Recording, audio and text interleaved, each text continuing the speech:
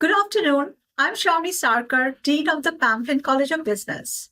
I'm sorry I cannot be with you in person to personally introduce Arlene Blum, who will also be joining you virtually as a keynote speaker for this series. Dr. Bloom has had an extraordinary career in several areas. She's an accomplished biophysical chemist, author, and mountaineer. As an environmental policy advocate, she was recognized by Forbes magazine last year as one of only 50 global sustainability leaders. Before that, as a graduate student at UC Berkeley, Dr. Bloom predicted the correct three-dimensional structure of transfer RNA, an essential building block in all organisms. While a postdoc at Stanford, she also discovered the first physical evidence for intermediate states in the folding of protein molecules. Bloom's work also contributed to identifying that the flame retardant called tris, used in most children's pajamas in the 1970s, was a carcinogen and thus was banned in children's sleepwear. And if that wasn't enough of an illustrious career, her intense interest in science and policy work resulted in her founding the Green Science Policy Institute to bring scientific research results to decisions in government and industry. But it was her passion for mountaineering, for which she is probably best known. Dr. Bloom led the first all-woman ascent of the summit Annapurna, the 10th highest mountain in the world. She led the first all-woman ascent of the mountain Denali and was the first American woman to attempt Mount Everest. A recipient of numerous awards and accolades, she was winner of the Sierra Club's Farquhar Mountaineering Award, a gold medal for the Society of Women Geographers, and was inducted into the American Alpine Club's Hall of Mountaineering Excellence. Her life and work are an inspiration to women everywhere. She's a remarkable combination of business, science, and adventure. Please give a warm Hokie welcome to Dr. Arlene Blum. I'm really delighted to be here. I wish I were there in person, but I'm back here in Berkeley, California, but I'm really interested in learning more about your center and what your accomplishments are, and we could talk more during the Q&A, and we'll have some questions as I go along. Feel free to put questions in the chat, or I'll pause for questions and discussion, because we have a good amount of time to talk about climbing your own Everests, mountains, and molecules. And I'll just say my story started, here I am, in the 1960s at Reed College in my chemistry lab. And the unusual thing is my professor of chemistry was a 22-year-old woman with a PhD from MIT in chemistry, which was pretty unusual anytime, and particularly in the 1960s. And she was so inspirational. There were 4 girls in my freshman chemistry class, and we all got doctorates in chemistry, because she was a great role model, and I'm sure many of the people in the audience are role models and can be so for young women and men. So the other great part of my freshman chemistry class was my lab partner, who was a handsome mountaineer. And one night he said, "Do you want to go climb Mount Hood?" And I said, "Sure." And I was from Chicago. He later told me that I was gasping so loudly that he didn't think I'd get out of the parking lot, but I was very determined. And when the sun rose, it was the most beautiful place I'd ever been. And I fell in love with chemistry, mountain climbing, and my lab partner all at once. And so when I was Reed, you have to write a senior thesis to graduate. And I wrote mine collecting volcanic gases from Mount Hood. There'd been a student 30 years earlier at a time when someone had died in the fumaroles. These are places with gas vents on Mount Hood. Somebody investigating them had died, and the Portland Fire Department, had trouble getting there because of the gases. And so they asked a Reed student to investigate what the gases were. And they were analyzed 30 years before I was there, and also 15 years. And so when I heard that, I thought this is a perfect thesis project for a mountaineer, which is to climb Mount Hood or to to climb Mount Hood and collect gases. So here I am collecting the gases, and they were, you look at the equilibrium between hydrogen sulfide and sulfuric acid, and there was surprising amounts of sulfuric acid, which indicated that the mountains were more active than we thought. And I actually made a prediction that one of the Pacific Northwest volcanoes would erupt with devastating violence in the near future. And in 1980, when St. Helens went off, my thesis advisor from Reed was very impressed at my prediction. So from Reed, I went to MIT for graduate school following my professor. And it was kind of a tough place for women in the 1960s. And there were actually 4 girls in my first year graduate class at MIT, and we all left MIT. I went to UC Berkeley in the 60s, the free speech movement, but I really didn't take part in many of those things. I was busy working in the chemistry lab and occasionally climbing the chemistry building with some of the other women graduate students. And at that point, molecules called transfer RNA, they're about 80 bases long. About a dozen of them had been sequenced. And I thought, I wonder if looking at the sequences, one could predict what the structure was likely to be. And so I did make a prediction I strung colored hippie beads on wire coat hangers and moved them around and paired adenosine and guanine. Anyway, I paired the bases, dreamed up a structure like this. I called it the H structure.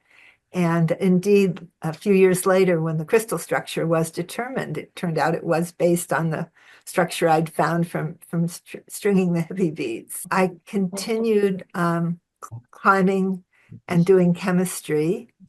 And in 1970, I heard about a guided expedition on Denali, and I thought, the highest mountain in North America. And I thought, oh, that would be a great thing to do. And several of my climbing partners were actually going on it. They were guys. And I wrote and said, can I join the Denali expedition? And the brochure came and it said women could only go as far as base camp to help with the cooking. So that didn't seem so great. So I called the guy who was leading it and I said, well, I climbed higher than Denali in Peru. I'd climbed with my friends from Reed, over 20,000 feet. And I said, I'd really like to climb the mountain, not just stay at base camp and cook. And he said, well, women aren't physically strong enough or emotionally stable enough to climb high mountains. I don't know if I heard any gasps from the audience. I hope so. But anyway, that was 1969. And I said, well, I did climb higher in Peru. And he said, well, were you doing the hardest leads? And, I hadn't. The guys were sort of stronger ice climbers, but I felt like I'd done my share. But I realized as long as I climbed with all guys, and most climbers were guys in those days, I and everyone would question, had I done my share? So I thought, I wonder if a team of all women could climb Denali, which was kind of a revolutionary idea. And I did put together a team of 6 women, and here we are flying up the Kahiltna Glacier into Denali and carrying our loads. And perhaps one reason that there was question of whether women could do this is that to climb Denali, you had to bring in 30 days of food and gear. And in those days, food was heavy and gear was heavy. And it was like 200 pounds of things per person. I mean, you don't carry the whole 200 pounds at once. And nowadays, on the lower parts of the mountain, people haul sleds and just pull it. But we had not thought of that back then. So we would carry like 3 loads of maybe 65 pounds each. But, it's pretty hard work. And there were questions of whether women could do this, but we did. And I'm jumping ahead now, but this is now summit morning. And I was actually the deputy leader. I'd organized the trip, but our real leader was an Alaskan woman climber who'd attempted Denali a couple of times. And she said been turned back because of sexism, which I was inclined to believe. But actually, she was not good at altitude. There are people who can be incredibly strong lower down, but when you get above a certain altitude, they don't do well. And she was one of those people. And this is summit morning. She was not feeling great. And I said, maybe you want to wait and try another day. But she wanted to climb that day. And we did reach the top. Here we are. This is the first time a team of women climbed Denali. And in fact, it's a picture I took. So I'm not in the summit picture because I took it, but it's the cover of a new book. A journalist did a whole book about our expedition that just came out this month, March of 2025. And so if you see this cover on a book, it's about our trip. Well, in the picture, you can see Grace, the leader, kind of lower right, slumped down, and she wasn't talking or eating or drinking. And slightly below the summit, she collapsed unconscious. And I was at that point 25, and I was suddenly the real leader. And we saw black clouds. It looked like a big storm was coming in. We were above 20,000 feet with an unconscious person, not a great place to be. But we had a pack frame and a sleeping bag, and we managed to make a stretcher out of ropes, and we hauled and we lowered her down the mountain. You can see the summit of Denali with the flag, and then where Grace collapsed, and then where we hauled and lowered her. And at the point where we reached the bivy site, it got steeper. It was pretty dark.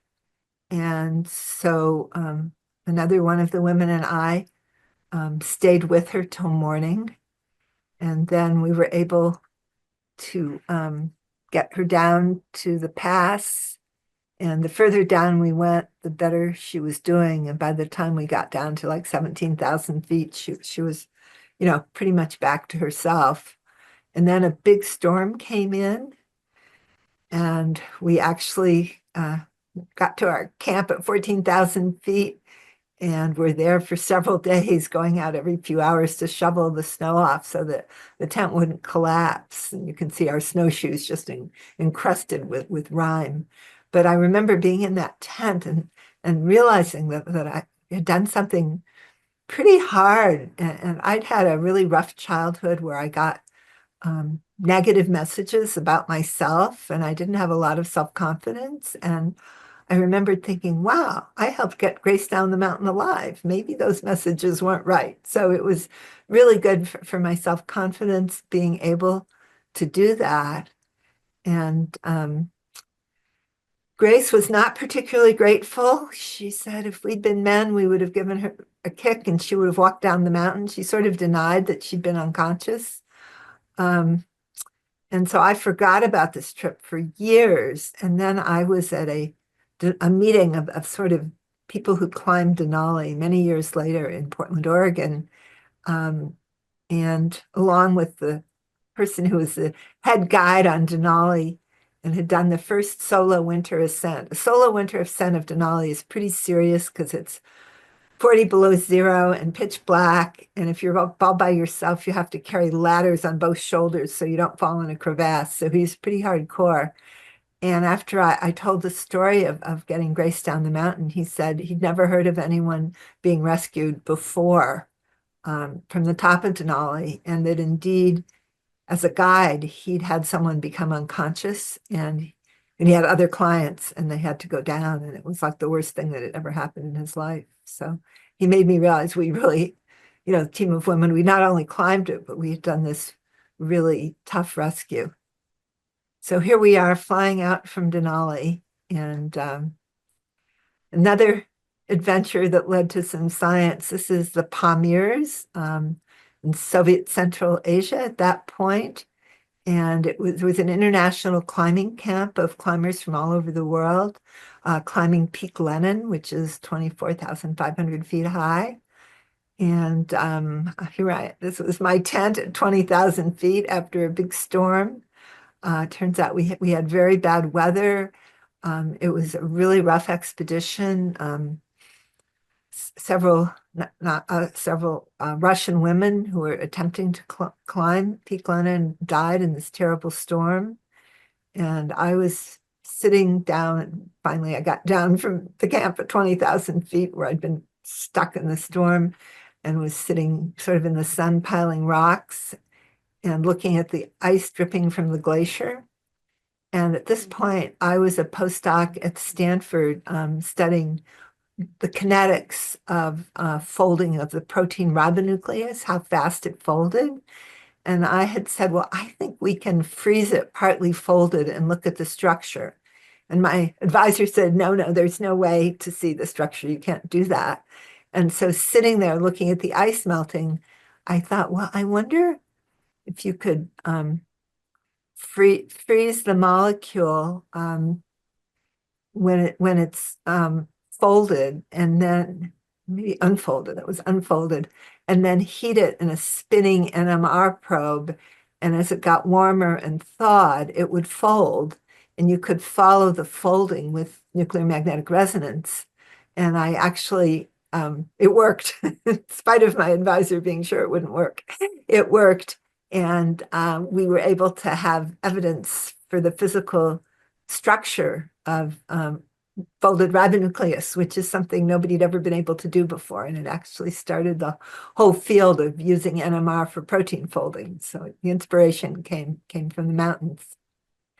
So one more notable trip from the 70s was an easy peak called Trisel that had first been climbed, I don't know, 1910 or something, a long time ago. And I thought it wouldn't be too hard. And unfortunately, I'm a bit of a slow climber, and the first group was led by America's leading young rock climber then, who'd pioneered the hardest routes in Yosemite. And when I got to the top, slowly, I didn't see him. And it turns out that he wasn't sure if our top was as high as the other top, and he unroped. He's usually very safe, and walked over here to see if this top was higher. But he walked here on what's called a cornice, where the wind blows the snow over air, and he stepped here and fell through the cornice down a vertical many thousand-foot face, which was hugely tragic.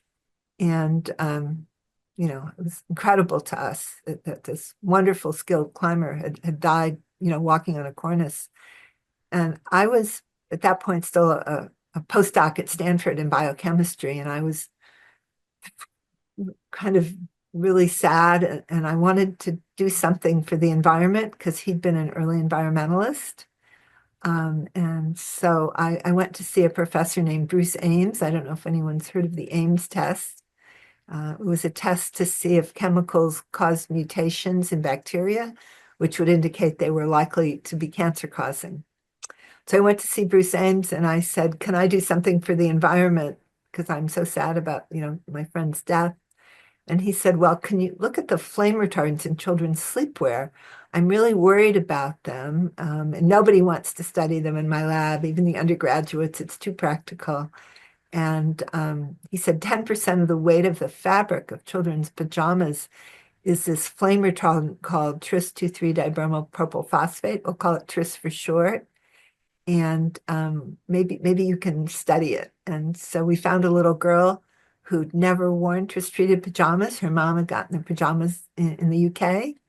And the little girl started wearing the pajamas. And after just one night, there were breakdown products in her urine that were known cancer-causing chemicals. And every day she wore the pajamas, the level went up. And she stopped wearing them and the level went down. And then we did some tests to see if the tris was a mutagen. Did it change DNA? And it was one of the strongest mutagens we'd measured. So, things that go into your mouth, like foods, drugs, and pesticides, are regulated. You can argue how well they're regulated, but they're regulated. But flame retardants, things like that, aren't, even though they can end up in your body just the same. So I was wanting to write a paper and talk about the flame retardants in kids' pajamas so we could do something about it. And then we got invited to this mountain. So I'd like to say, does anyone know what this mountain is? But can't raise their hands too well. Anyway, it's Mount Everest. At that point, it was 1976. It had only been climbed once by Americans. no American woman had even tried Everest. So I had this terrible choice. Did I go try to be the first American woman to climb Everest? Or did I tell the parents of America about the toxic flame retardants in their children's pajamas? So I'd like you to answer in your mind, would you rather go to Mount Everest or tell the parents of America about the pajamas? And I decided to do both. So as I was climbing through the great ice fall on Everest and across ladders and up steep slopes, I would every night write on my paper. This is my high point, about 24.5. And I had a flag that compared a petri dish with tris to one without tris. So we climbed Everest. We were the second American expedition to do that. And I got back to base camp, sent my paper by mail runner to Kathmandu, and it was published as a lead article in Science way back in January of 1977. And I put the title up because somewhat unusual for scientists to write a title like "The main flame retardant in children's pajamas is a mutagen and should not be used," because as we know, most papers recommend more study. They don't do a couple experiments and say a chemical that could be useful as a flame retardant should not be used. And this title represents what we do right now at our institute is we do good science, publish in good journals, publicize our research a lot, and then use it to change policy and protect health. And that's what I'll be talking about in part 2 of my talk. So 3 months after our paper came out, and I will say the day after our paper came out, we were on Good Morning America, the Today Show, and the third network, I'm forgetting. But we were on all 3 networks, which in those days is what people watched. And in those days of unified media, where everybody watched the same media, there was more unanimity among the people in the United States about what they saw and believed. And so every parent in America knew about the tris in kids' pajamas. And 3 months later, chlorinated tris was banned from children's pajamas, which was a good thing. A whole generation of children were not exposed for that long. But about 6 months later, I thought, I wonder if there still are pajamas with brominated tris. And so I bought a lot of pajamas and tested them. I used NMR because I was used to NMR, and discovered that a small number of pajamas with brominated tris were still available, but instead the replacement was chlorinated tris, which is basically the same structure with a chlorine instead of a bromine. So we did more studies and showed that chlorinated tris was also a mutagen. And it was removed from pajamas like in 1978. However, what I didn't think of is that it was being used for many other things. And this will lead to part 2 of my story because you'll see it was critical to my career path. Was used in furniture till 2012. And today you can find the same chlorinated tris that was in kids' pajamas in most cars in the seat foam, which is something we're working on right now. We'll tell you more. So one more mountain. On the way back, at that point, all the world's highest mountains, over 8,000 meters, had been climbed by men, but women had not climbed that high. And between Denali and Everest, I realized that women could climb to 8,000 meters. And I thought it was time to give women a chance. And so on my way back from Everest, I applied for a permit for this mountain, Annapurna 1. And it was the first 8,000 meter peak climbed, not so high. It's the 10th highest mountain in the world, but 10th highest 8,000 meter peak out of 14. So I thought, well, it's a good one. We'll get a permit. What I didn't know is, guess which of the 8,000 meter peaks is the most dangerous and the hardest to climb? So it's Annapurna. It's considered the toughest. So we did not know that, fortunately. So here's our team. The time of this, we ranged in age from 20 to 45. And that was, wow, nearly 50 years ago. And we still get together. We had a reunion a few months ago. And so it was an amazing experience for all of us, life-changing. We wanted to employ women as high altitude porters, and we also needed to raise money for our trip. And so my Reed College roommate designed these t-shirts, A Woman's Place is on Top, Annapurna. We actually made $80,000 selling them, which was another crazy story, and used that to finance the expedition. And we hired some women Sherpas as high altitude porters to train them in climbing, which didn't work as well as we'd hoped, but we tried. So a few pictures from Annapurna, which was gorgeous, hard climbing, huge storms. The reason that Annapurna has the highest fatality rate of any 8,000-meter peak is because it's really high precipitation, huge storms, snowfalls, avalanches, and we encountered all that. This avalanche cloud is growing. It's going to end up being over a mile wide. And some of our team was right in its path, but it stopped above them, fortunately. So now we're on a very narrow ridge at about 20,000 feet, heading upwards towards the summit of Annapurna. And we reached the summit, two of our team, two Sherpas. We were the first Americans, the first women. Our flag, we had a Nepalese flag, a Women's Places on Top flag held together by Save the Whales pin. And so we had accomplished what we set out to accomplish. This is Irene, who was a physicist from Stanford. She was the first American woman to climb Annapurna. And let's see, I guess I'll go back and say, we also lost two of our team who made a second summit attempt. So it's a very dangerous mountain. So we were successful, but at the time, the loss of our friends was the kind of most overwhelming thing. Well, I'm going to skip a lot of adventures and just jump to my most recent, which has been with my daughter, Annalise. This is quite a long time ago. And when she was 4 to 6 months old, her dad and I carried her across the Alps with baby from Yugoslavia to France. This was the first Gore-Tex baby suit and the first kid pack. So I have written two books about my adventures. One is Annapurna, A Woman's Place, which tells the story of the Annapurna expedition. And the second one, which I wrote in a year, the second one took me 20 years to write. It's called Breaking Trail, A Climbing Life.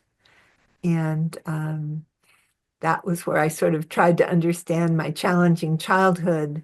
And I had a very overprotective childhood. I wasn't allowed to do things like ride horses or go to the beach because it was too dangerous. So then I took up Himalayan mountaineering. How did that happen? So I tried to gain some understanding. It was like my personal therapy project, writing this book, which did take 20 years. And recounts many expeditions, such as the Denali expedition. I spent a year once walking across the Himalayas. So they're in there along with my family stories that helped me gain some understanding. And when I came to the end of my book, writing it 20 years, my daughter was just starting college. And I thought, I'm an extrovert. She's going to college. I need to go back to the lab, but I haven't done science. I left science in 1980 to walk across the Himalayas. And so I really didn't know if I could get back to science. And the last sentence of Breaking Trail was something like, the future is like an unbroken snow slope. I hope I can find a way to use my science to make the world a better place. And so my story will pick up in 2006, and I feel incredibly fortunate that I have indeed been able to do that, which is going to be the second part of my talk. If you want to read Annapurna or Breaking Trail, they're on Amazon. And like Breaking Trail only costs $11, including postage on Amazon, of all things. I have a website, arleneblum.com, where you can get autographed copies, but I have to pay postage. So mine end up costing twice what they cost on Amazon. So you probably want to buy them on Amazon if this talk intrigues you and you're interested. So I think I can't remember if I said that, but the last sentence in Breaking Trail is that I hoped I could find a way to go back to science. I'd left in 1980 and it was 2006, 26 years of not doing science, find a way to use my science to make the world a better place. And so I ended up founding the Green Science Policy Institute. And we're scientists who think about what papers can be used as a basis for change away from harmful chemicals. And so we write papers, which I'll talk more about. And we'll say our papers have tens of thousands of downloads, which is unusual in papers. And I will share our press strategy at the end because it's pretty simple for people who want to have more impact from their papers. And then we do really good publicity, so our papers get well known. And then we convene retreats with people from the business world, government, academia, and the NGO community who would not otherwise meet, but who can cross-fertilize ideas. And together we come up with ways to change government policy, but also how business purchases and how manufacturing is done, all away from harmful chemicals so the world can be healthier. And I feel so privileged after taking 26 years off from science to find a way to make the world better. So that's part two. So the problem is that there are way more than 80,000 chemicals. I made this slide a while ago on the market today. And if after years of research and advocacy, a chemical is phased out, there's a tendency to replace it with something very similar because it's expensive for manufacturers to change their processes. So here, the slide on the left, it's called decabromodiphenyl ether. It's 2 phenyl rings with 10 bromines and an ether bond in between. And this chemical is used a lot in electronics as a flame retardant, but it was found to be very persistent, to bioaccumulate up the food chain, to be toxic. And after years and years of research, it was phased out. But as the sales of the decabromo ether went down, the replacement was decabromoethane, which you'll see is almost identical. You have the same 2 rings, and instead of an ether bond, you have an ethane bond. It turns out that it's equally persistent and might be more bioaccumulative and toxic. So that's what your classic regrettable substitute. And you can keep going from one similar chemical to another with lots of years of research and advocacy and nothing really changing. And so when you think of 10,000 of individual chemicals trying to solve the problem, it just seems impossible. So we came up with the idea of grouping the chemicals into classes or families that had similar structure, function, and thinking about whole classes. And we came up with 6 classes that contained most of the harmful chemicals in everyday products. They're PFAS, stain repellent chemicals, antimicrobials, flame retardants, bisphenols and phthalates, some solvents, and certain metals. And if you'd like to know more, if you go to our website, sixclasses.org, you can take a picture of this slide if you want to remind yourselves.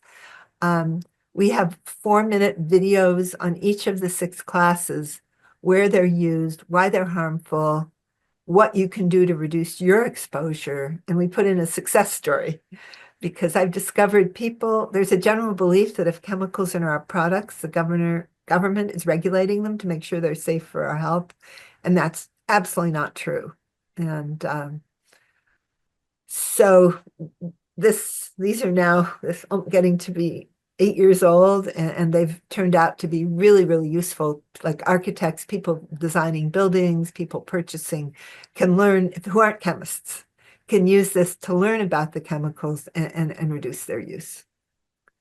So I'm going to particularly talk about a super class that I think is really interesting and important called organohalogens.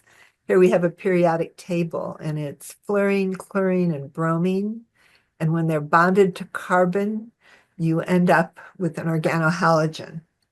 And there are no organohalogens that are natural in mammalian biochemistry.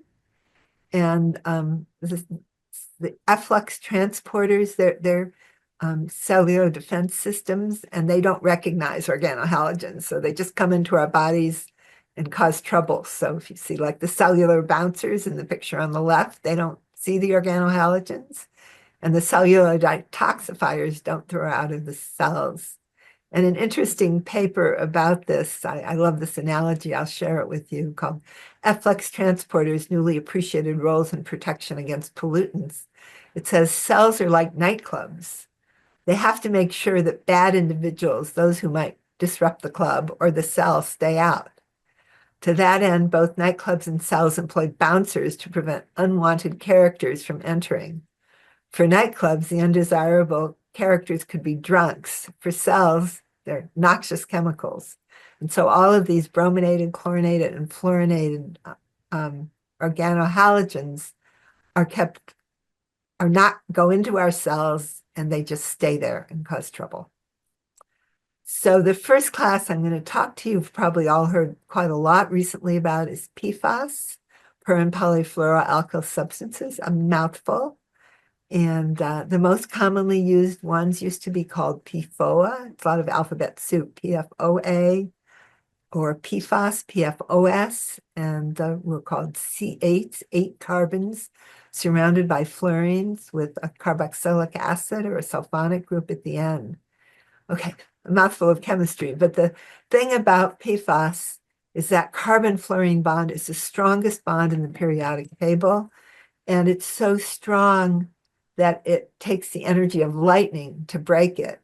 And so this leads to good qualities, the oil and water repellency, which people use PFAS for, but it also means that breaking the bond is so hard that once these chemicals are in the environment, they're there literally forever. They're called forever chemicals. They last for millions, tens of billions of years, forever. So it's a big decision to make a chemical that lasts forever. And pretty much all the PFAS that have been studied are toxic. So a toxic chemical that lasts forever is maybe something we don't want so much of. So I started learning about PFAS, trekking in the Himalayas, of course. Here I am, it's 2013. And I'm trekking with Anna Sharman, who's a Swedish chemist who studies PFAS, who happened to stay at my house while she postdoced here in Berkeley. And so I was reading this book called Stain-Resistant, Non-Stick, Waterproof, and Lethal, The Hidden Dangers of C8. And as I was reading, I was pretty shocked. It's a story of a farmer with cows in West Virginia, where DuPont was dumping PFAS refuse, and all the cows got sick and died, and ultimately the farmer and his whole family did. And so it was a very sobering story. And I came back from my trek, and I Googled it, and there was nothing except scientists writing papers about it. And I thought somebody has to do something about this. So I asked my Swedish friend, who are the best PFAS scientists in the world? And she told me about 20 people. And I wrote them all, and I said, do you want to have a call to talk about the science and policy of PFAS? And to my great surprise, they all said yes, because they were all worried, but they didn't know what to do about it, because only the scientists knew in 2013 how harmful these chemicals were. And so we started having a call once a month, which we have been having once a month since 2013, only there are now 300 scientists who are part of the list. Not that many, only about 50 or 60 are on the calls usually, but and from that, these calls have come a lot of useful research papers, which I will tell you a little more about. Also, that same story about the cows in West Virginia was made into a fantastic movie called Dark Waters. And it came out just before the pandemic, so it didn't get the viewers that it should have, but it's really wonderful and dramatic. And it's a story of an attorney, Rob Bilott, who uncovered this whole PFAS contamination. Anyway, very dramatic, well-made movie, and I do work with Rob a lot, and so I don't know. I'm sure you can get it on Netflix or wherever, but I recommend Dark Waters to learn about this story in more detail. So what's the problem with PFAS? Well, one problem is PFAS are in virtually all of us, and they're linked to a whole variety of health problems. Different PFAS cause different problems, but they all cause multiple problems. They're multi-system toxicants. So here I was meeting with all these scientists once a month, and I said, let's get together and make a statement on the harm of PFAS and publicize it because it's not getting any press. So we wrote the Madrid Statement on PFAS, calling on the international community to cooperate in limiting the production and use of PFAS and developing safer non-fluorinated alternatives. It was signed by more than 200 scientists from 40 countries, published in Environmental Health Perspectives in 2015. We did a lot of press. There's National Geographic, Nick Kristof, Chemicals in Your Popcorn, a wonderful series, The Teflon Toxin and The Intercept, if any of you get really interested in PFAS. But the thing that changed everything was a cover story on the New York Times Magazine called The Lawyer Who Became DuPont's Worst Nightmare. That same lawyer, Rob Lott, and the story of the cows. And it was written by someone named Nathaniel Rich. And so it was a great story. It mentioned our Madrid statement in the New York Times. I was pleased. He did good research. And so I knew somebody who knew Nathaniel Rich, and I wrote him and I said, do you want to be on our mailing list and read our newsletters? And I have lots more stories about toxic chemicals for you. And he said, no, I don't want to be on your mailing list. I get too many emails. By the way, if any of you want to be on our mailing list at the end, but if you go to any of our websites, you can. I hope you will give a different answer than Nathaniel Rich did and join our mailing list, where we do monthly updates on toxic chemicals and how to reduce harm and other things of interest, a little mountaineering sometimes. Anyway, so Nathaniel did not want to be on our mailing list. And he said, I'm actually a fiction writer, and I just wrote this because of Rob Balot's character. I'm not a science writer. But he said, I got more responses to this article than anything I've ever written. And he shared with me various letters, like from the New York Department of Health to the EPA, asking the EPA to take action on PFAS. And that was by now 2016, like 3 years after I'd gone on my walk. And he asked the EPA to do all the things they should do, which they have recently done a lot of to protect us from PFAS. So I thought that was really interesting how directly that New York Times Magazine cover story led to the New York State Department of Health and other departments of health around the country writing the EPA to do something about PFAS. It had been invisible, but the press brought it to greater attention. Meanwhile, with our scientist group, we were working, some EPA scientists in our group said, we did a study of PFAS in drinking water around the country, and there's a lot. And I thought, I wonder if we could do research and measure back to where the PFAS came from. And so I asked if anybody could map back from the drinking water with high levels to the sources. And Elsie Sunderland from Harvard said she had a student, Cindy who was good at mapping. And so Cindy wrote a paper mapping back from high drinking water concentrations to industrial production sites, military training areas, because PFAS is used as firefighting foam for military training and at airports. Airports were another place, and then wastewater treatment plants would just concentrate PFAS from upstream, where there might be things like chrome smelters, which use PFAS. And so the paper was just about done with multiple authors from our call when the EPA, because of the story about Rob Balot in the New York Times, the EPA said, we're going to set a health advisory level where PFAS is healthy. And that had not been done before. And when they set their level of 70 parts per trillion of the sum of these two C8s, PFOA and PFAS, it turned out Cindy Hu could calculate that 6 million Americans drinking water was above the health advisory level, had more PFAS than was healthy. And that got a lot of attention, particularly from the communities who were drinking the contaminated water.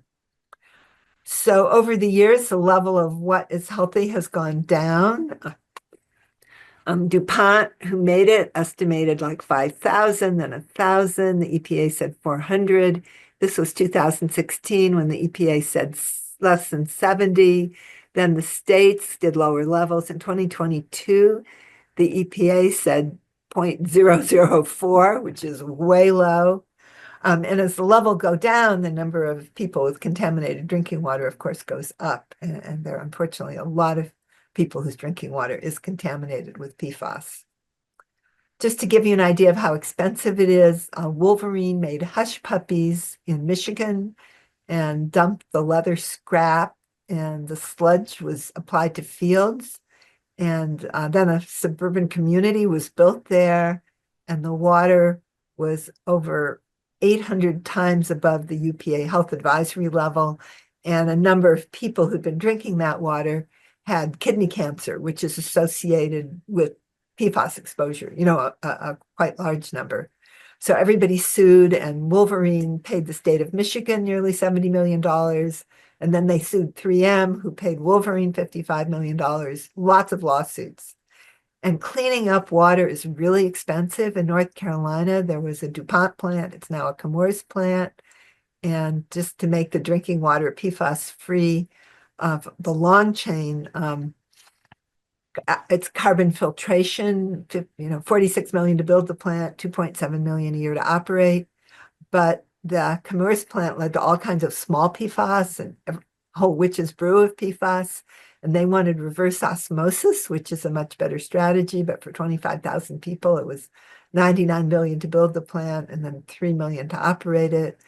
And this just gives people community clean drinking water, but the whole ecosystems are contaminated.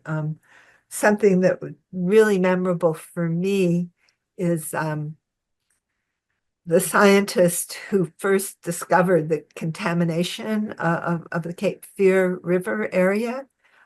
He said when it rains in North Carolina and the rain goes through the trees, the amount of PFAS goes up because from the smokestacks, the PFAS lands on the tree leaves.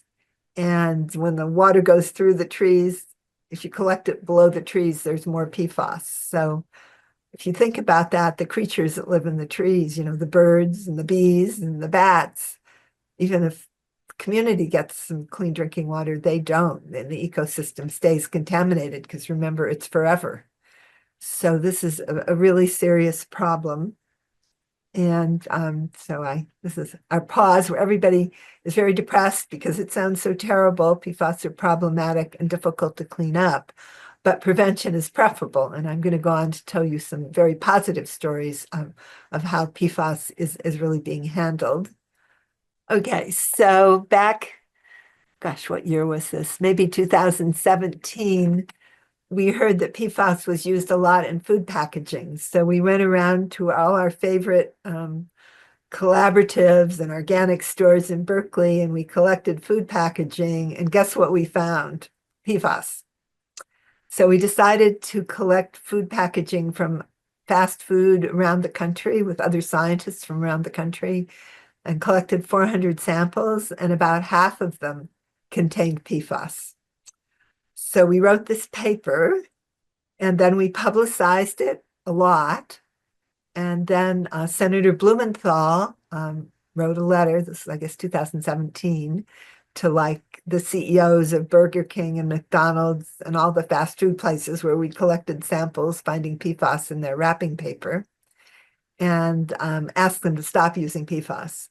Well, nobody answered Senator Blumenthal's letters. However, years later, after they'd stopped using PFAS, we heard that once we wrote our paper and they got this letter, they all got busy. McDonald's, for example, got busy getting PFAS out of their packaging worldwide, and they succeeded, and then they announced it. And indeed, in parallel, there was legislation banning PFAS, starting with Washington State in 2018, and the next year, Maine and the whole country of Denmark banned it.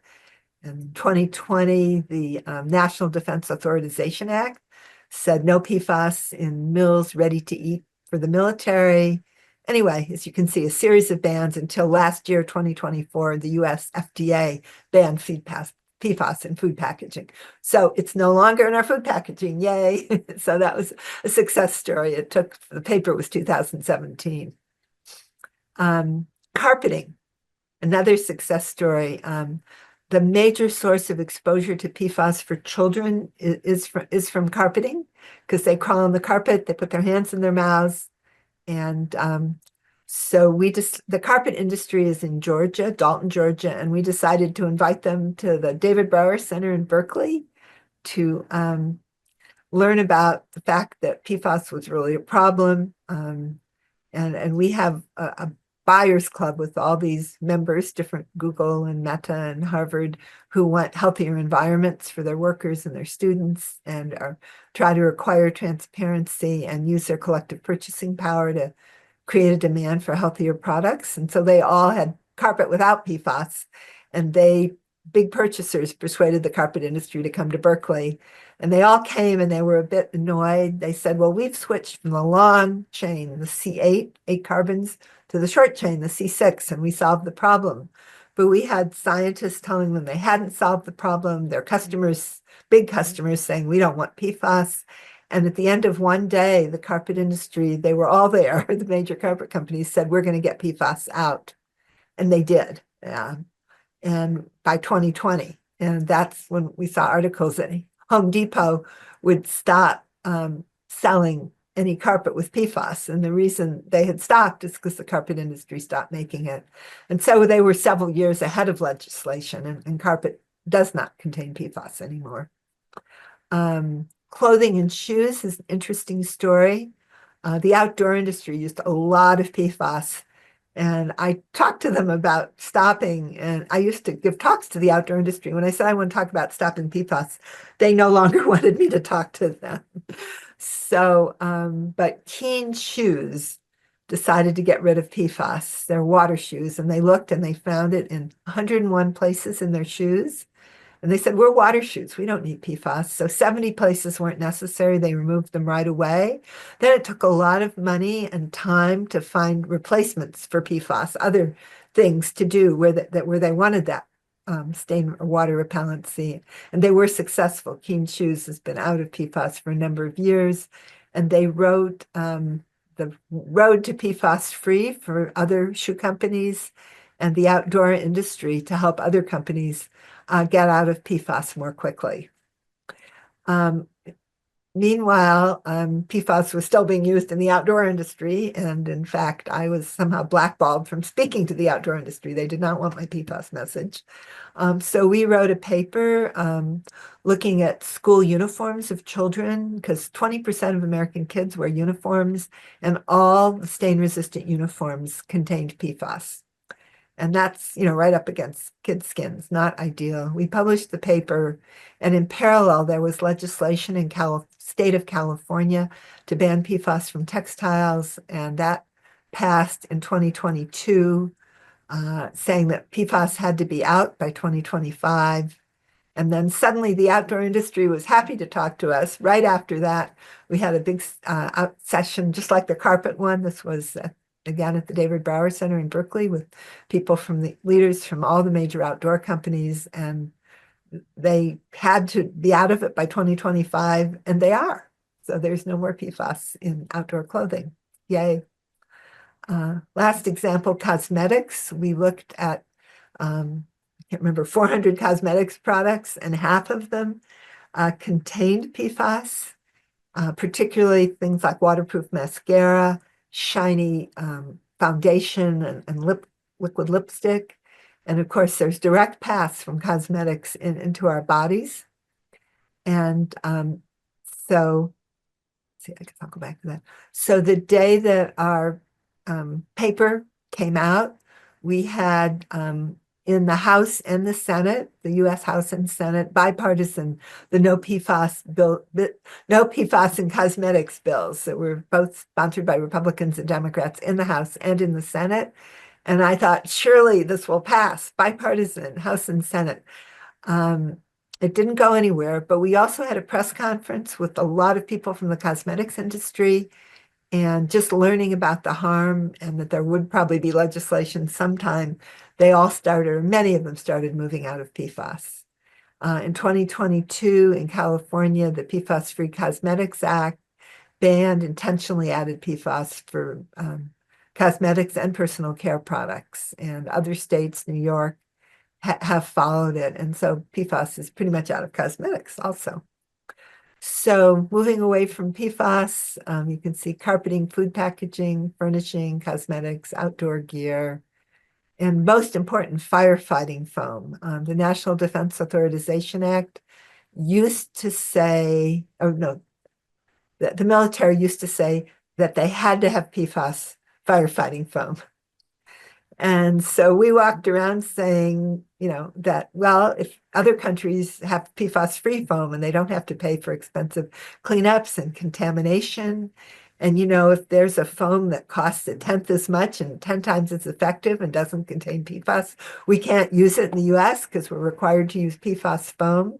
The requirement, I believe, was written by 3M, the manufacturer of PFAS. I'm not sure who wrote it, but the industry.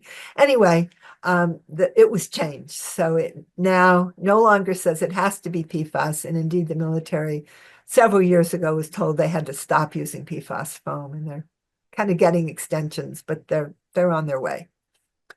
So if you want to stay informed about PFAS, we have a website called PFAS Central, where we share news, science, policy events about PFAS. We change it once a week. Go to pfascentral.org. Take a picture of this if you want to remember. And the most popular page is our PFAS free page. Communities who'd been drinking contaminated water for generations from military bases and airports nearby and who had the classic health problems associated with PFAS came to us and said, if we've had it in our drinking water, we don't want it in our products. What are PFAS-free products? So we started this web page where we list the brands, but now, say for outdoor gear, all the brands are PFAS-free, so we don't need that information anymore. Okay, so I'm quickly going to talk about flame retardants, and then we can maybe have another discussion, unless you have to. Any questions now, or should we just go ahead? Let's go ahead and then we'll close with a Q&A. How does that sound? Perfect. So flame retardants, do they save lives or cause harm is the question. And it used to be all of our furniture had flame retardants in the foam, up to 5% of the weight of the foam. And that was because of a California standard called Technical Bulletin 117. Ever since the great earthquake and fire, I think it was in 1907, I'd be wrong. In California has a flammability bureau and no other state does. And it, starting in the 70s, required furniture foam to withstand a candle flame. That's the foam inside the furniture for 12 seconds. So that's not a very strong thing, a candle flame for 12 seconds. If you think about what happens if you drop a candle on your couch, the fabric burns, you get a large flame, and then it probably will only withstand it for 3 seconds. And indeed, and to do that, you have to make the foam 5% by weight of flame retardant. And unfortunately, all the flame retardants that are used turn out to be harmful. So there's not really a significant fire safety benefit because fires start in the fabric, not in the foam. So the chemical that was used for about 40 years until it was banned globally is called a PBDE. It's 2 rings with bromines and an oxygen in between, pentabromo diphenyl ether. And it was used from 1975 to 2004 across North America. Almost all the use was in North America. And just to say how foolish this is, it's halfway in structure between a PCB, which is a known carcinogen mutagen, and a dioxin, which is also a carcinogen mutagen. So this does not look like a good molecule to have vast amounts in our homes and in us. But that was what was used. And it turns out it's semi-volatile. It comes out of furniture, goes into air, can drop into dust or be an aerosol. It can end up in food and water. You can inhale it. You can get dust on your hands and eat it. There are many, many ways to be exposed. And people with higher levels, there's a lot of reproductive and neurological harms associated. This is just human. There's actually, I don't know, thousands of animal studies of it because it's been used so much, and finding a lot of different, that it's carcinogen, a neurotoxin, a reproductive toxin, an endocrine disruptor, so on and so on. And in human studies, women with higher levels take longer to become pregnant. There are altered thyroid hormones that can lead to impaired brain development of the fetus. And I think some of the worst that have been well studied now is the average American child, in numerous epi studies, has lost 3 to 5 IQ points just from this one flame retardant that was used for a good part of 30 years. And someone calculated $266 billion per year productivity loss. And then a new study found that people with higher levels of penta are 4 times as likely to die of cancer. So this is a chemical that's in all of us because it was in all of our furniture and all of our cars for a long time. It isn't anymore, but furniture, stays around. So it stopped being used like 20 years ago, but there's still a lot in dust, air, and cars. So the story is in kids' pajamas, brominated tris was a mutagen. It was replaced with chlorinated tris, which was a mutagen. Furniture and baby products, penta was replaced, which was toxic persistent bioaccumulative, was replaced with chlorinated tris, which was a mutagen. It was replaced with Firemaster 550, which in animal studies increases obesity and anxiety, not what our population wants. And now it's phosphates, which are finding similar harm. So this is the whack-a-mole slide. What's a mole to do? But that's been the series. That's why you have to think about the whole class. If you go one at a time, you just have similar chemicals with similar health harm. So when I came back to science, I stopped in 1980. I left to walk across the Himalayas. And in 2006, 26 years later, I meanwhile had raised my daughter. I worked in Silicon Valley doing leadership training, but I hadn't done science for 26 years. And my daughter was starting college. I wanted to go back to science.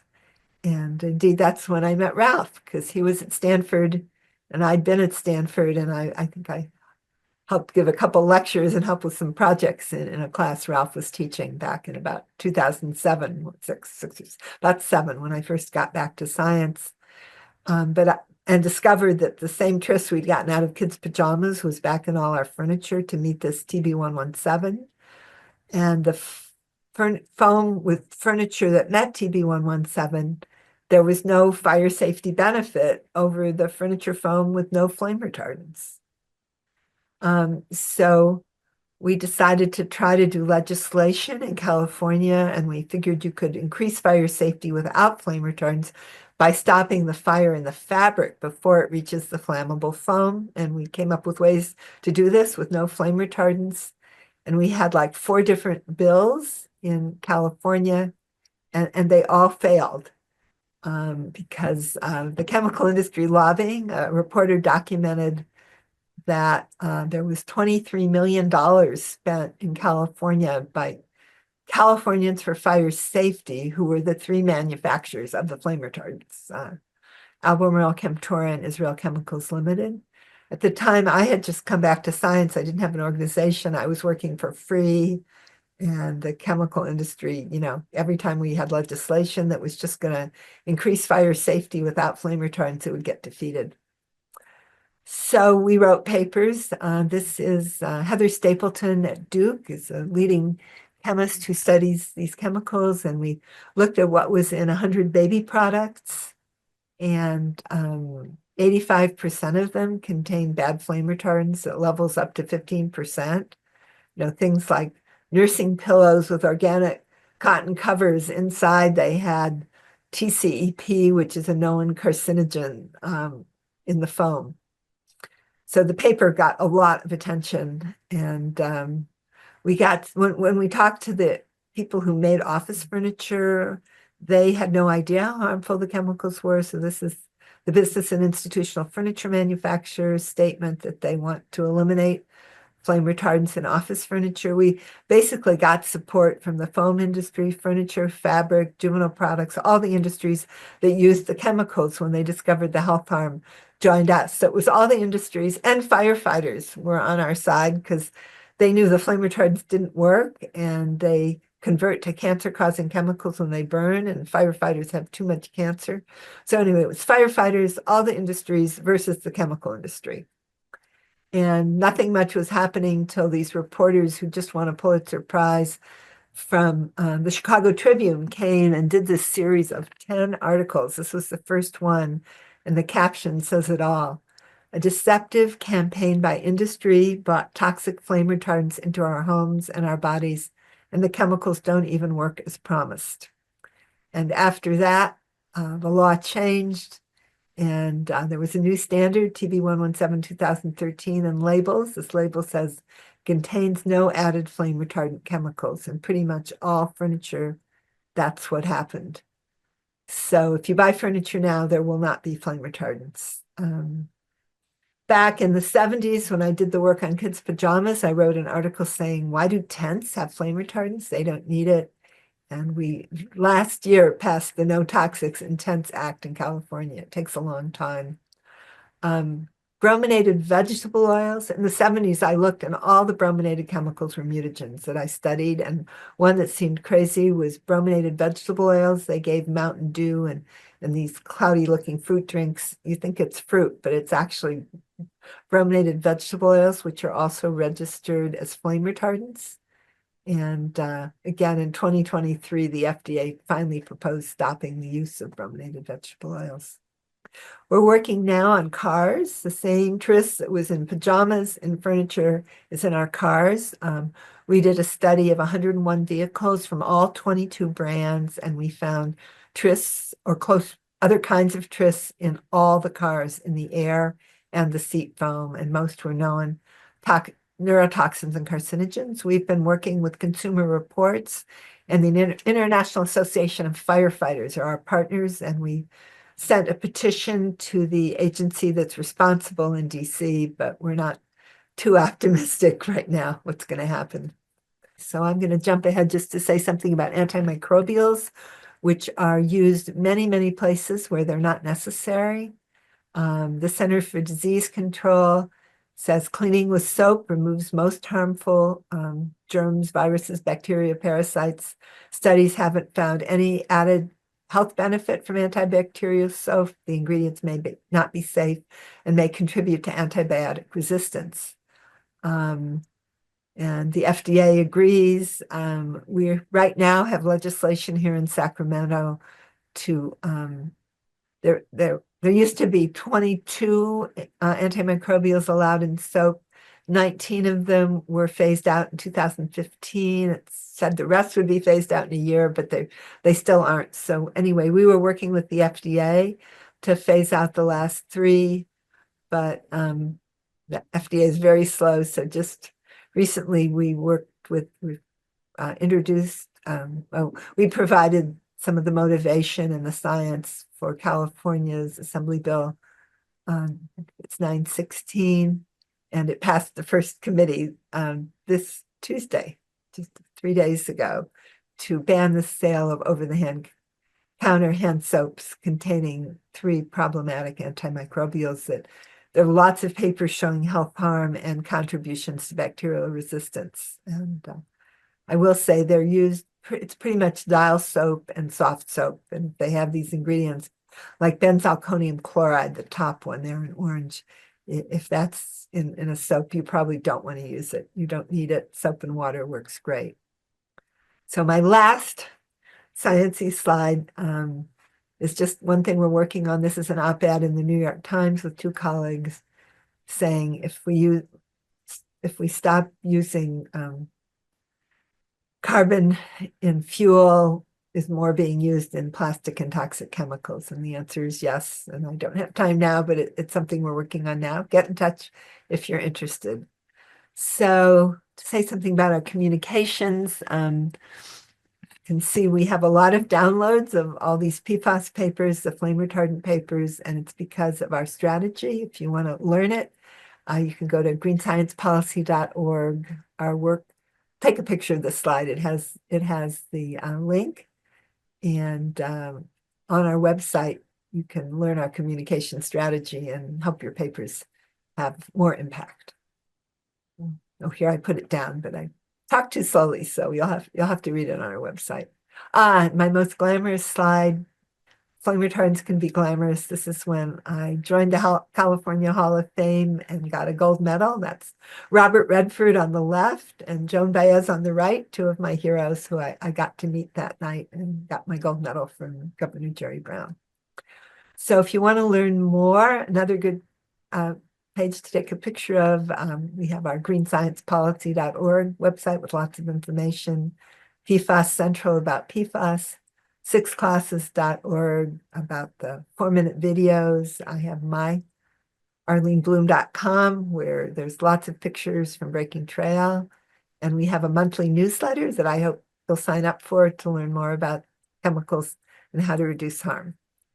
So I'll just say with reduced uses of the 6 classes of chemicals, we can have a healthier world. So thank you. Arlene, thank you so much for joining us today and sharing your life story and experience with us. I do remember back in probably 2007, I was teaching my first class as a postdoc, and Arlene very graciously came in and was an expert on brominated fire retardants, which was one of the subjects we were studying in the sustainability class. So thank you very much for that early support in my career. And I remember at that time, we discussed the idea of what became the Green Science Policy Institute. And it's truly remarkable. It really is what you've accomplished since then. I mean, just the stories you've just shared with us of what has changed, what's been banned. So congratulations on everything that you and all of your team has been able to achieve. So with that, on behalf of Virginia Tech, I'd like to thank you for making the time with us today. And it's been a true pleasure to have you with us. So thank you. Thank you.